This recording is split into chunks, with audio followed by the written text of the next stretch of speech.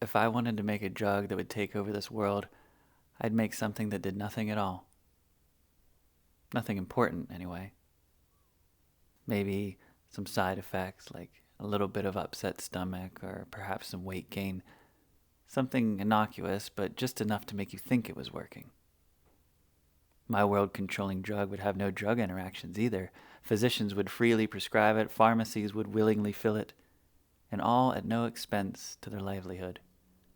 These degrees aren't cheap, you know. Their $250,000 license would be fully protected. They would love my drug. I would convince people it had to be taken daily or else it wouldn't work. I wouldn't tell people exactly what it was for, but I would allude to it, allowing whispers in country clubs and locker room chatter to develop their own theories. I wouldn't tell people how to take it either, giving my pill yet another avenue for armchair experts to speculate as to why it worked for them, but not their friend. You got the wrong one, they'd tell you. You need the red one, not the gold one. You have to activate it by eating. Did you eat? 1 week isn't enough. You need several months. My medication would give you easy access to status, too. Pretty soon you'd see celebrities singing its praises, politicians pushing its utility. I'd convince you that everyone else was taking it, and you should too.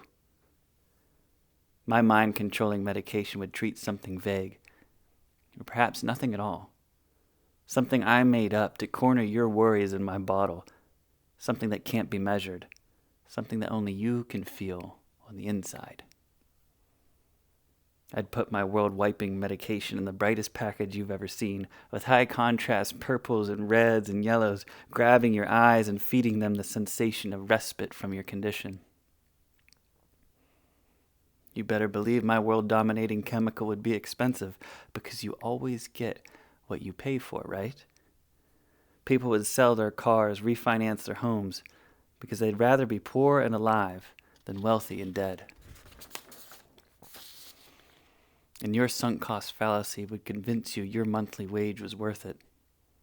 It was worth it, you'd say to yourself. See, it's working. I didn't waste my money.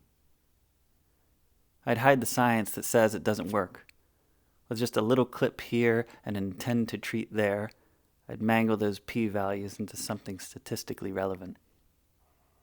I'd make the healthy sick and the sick sicker, the wealthy poor and the poor poorer, the confident meek and the meek tender.